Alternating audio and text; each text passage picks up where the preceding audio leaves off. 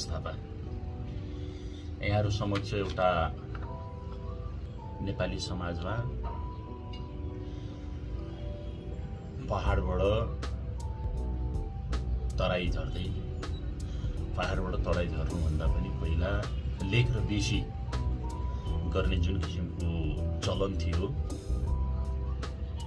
त्यो चलन मुताबिक हामी किसानहरू दोहोरो खेती गर्ने परम्परा थियो हाम्रो पहिले। अहिले अब सबै पहाडतिरको चाहिँ एकमुष्ट समूल हटाइदिएर एकमुष्ट तराईमा एउटा सानो चक्लामा रहेर काम गरिरहेका छौँ।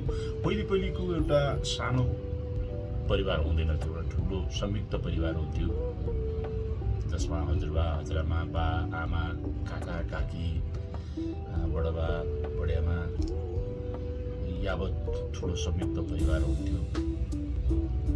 कृषक परिवार हुन्थ्यो, जहाँ 5-7 गोरुहरू थिए, जहाँ 100-150 थान गाई वस्तु थिए,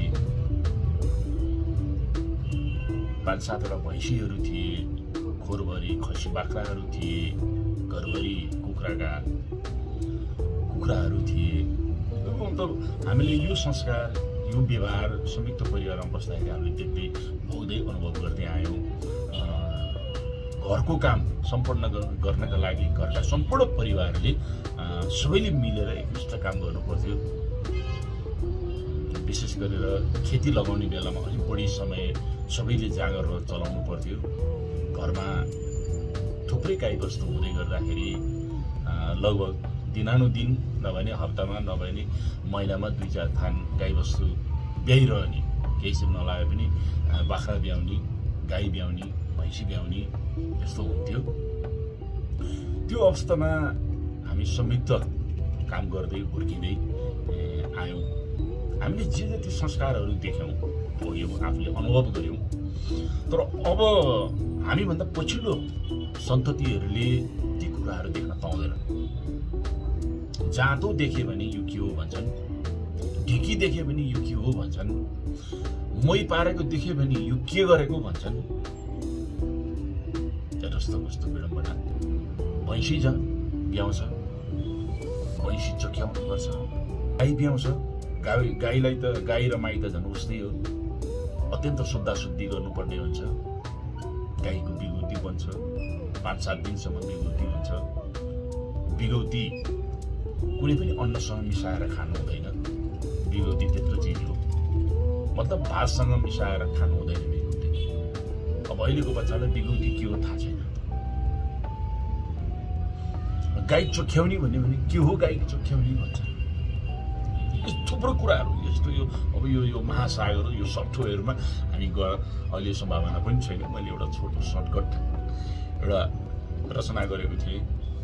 मेरो एकजना आदरणीय दाई गोविन्द केसी नेपाली साहित्य सर्जक हुनुहुन्छ, समालोचक हुनुहुन्छ, लोकगायक पनि हुनुहुन्छ। उहाँले चाहिँ भाइ तसँग पनि केही सिर्जनाहरू छन्, त्यस्तो सिर्जनाहरू चाहिँ मलाई अलिकति सहयोग गर्दैन भनेर दाइले भने हुनाले मैले अलिकति रेकर्ड गर्न लागेको। जानी नजानी म आफूले रेकर्ड गरिरहेको छु। यो भयो कि भएन मलाई थाहा छैन। यस अर्थमा घरमा एउटा गाई ब्याउँछ।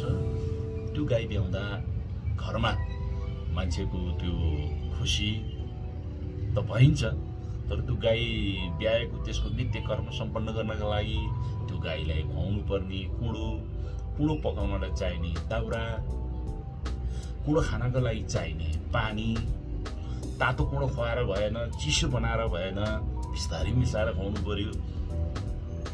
त्यो बाछालाई अलग्गै ठाउँमा लगाएर बाँध्नु पर्ने हुन्छ। बाछा बाँध्ने ठाउँलाई टाट्ना भनिन्छ। अहिलेको बच्चालाई टाट्ना भनेर के हो भने अब डिक्सनरी च्याटजिपिटी हेर्लान् उनीहरूले। अब यस्तो छ परिवेश। अनि यी यावत कुराहरू गर्दाखेरि अब हामीले धेरै कुराहरू छन्, यो महासमुद्र जत्तिकै छ, पुराना कुराहरूलाई चटक्क बिर्सेर नयाँ पनको नाममा 15 सेकेन्डको नाममा हामी आइपुगेका छौँ। अब यो 15 सेकेन्डभित्र हामीले के गर्न सक्छौँ? मानव जीवन यता व्यस्त छ। अहिलेको वर्तमान आधुनिक मोडर्न एज यतातिर व्यस्त छ। यस्तो अवस्थामा हामीले पुराना कुराहरू सम्झिने कि नसम्झिने, हामीले आफैले बोकेको कुराहरू सम्झिने कि नसम्झिने, मनन गर्ने कि नगर्ने, हाम्रा सन्ततिले सिकाउने कि नसिकाउने, सम्भव होला या नहोला। यही विषयमा मैले एउटा सानो रचना गरेको छु। एउटा यो शीर्षक चाहिँ के भन्ने, गाई ब्याइनी गोठमा छ। गाई ब्याइनी गोठमा, गाई ब्याई छिन् गोठमा, पाई छिन् बाची, सोतर बिच्याउला, ढुङ्ग्रोमा दुध दुही बिगौती, कराईमा पकाउला, उम्लेको दुध चलाउँदाखेरि हात पोल्यो कराईले, खुसीले होस हराउँदाखेरि खिस्याए पराईले,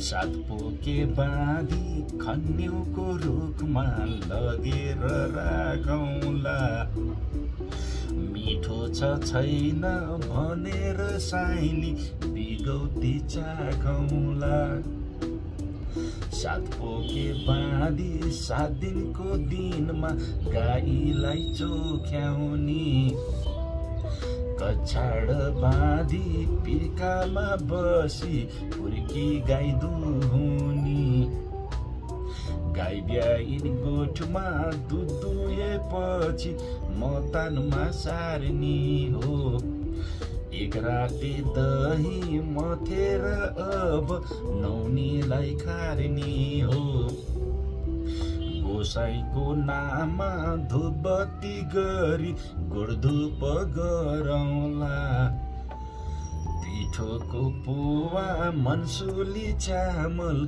खिर प्रसाद पकाउला, गाई हेर्दा वनमा तिमीले गएको बिरह भाकैमा, कसरी बिर्सु त्यो तिम्रो तस्बिर झलझली आँखैमा, गोठालो जीवन यस्तै हो साइली, गोठैमा बसौली, फुटेको ओठमा लपक्कै पारी नौनी घिउ घसौली, एक दिने होइन 2 दिने होइन बिगौती 3 दिने, तिम्रो र मेरो बिहेको लगन खै कसले छिन्दिने, नबस्नु हाम्रो माया जाल बस्यो अब कसरी छुटिने। आदरणीय श्रोताबिन्द तथा दर्शकबिन्द, मलाई चाहिँ गोविन्द दाइले यो गीत मेरो काव्यधारामा राख्नुपर्छ र दाइले अनुरोध गरे हुनाले मैले जानी नजानी यसलाई वाचन गरेँ। यो कुनै लयमा छैन, यो कुन लयमा पर्छ यो समालोचकको काम हो, आलोचकहरूको काम हो। यो राम्रो भयो कि भएन मलाई थाहा छैन, तर मैले यसलाई जानी नजानी जुन ढङ्गले पस्केको छु यसलाई मनन गरिदिनु होला। आगामी यस्तै हौसलाहरू पायो भने अन्य रचनाहरू पनि यसै गरी दाइको काव्यधारामा पस्किने प्रयत्न गर्नेछु। धन्यवाद।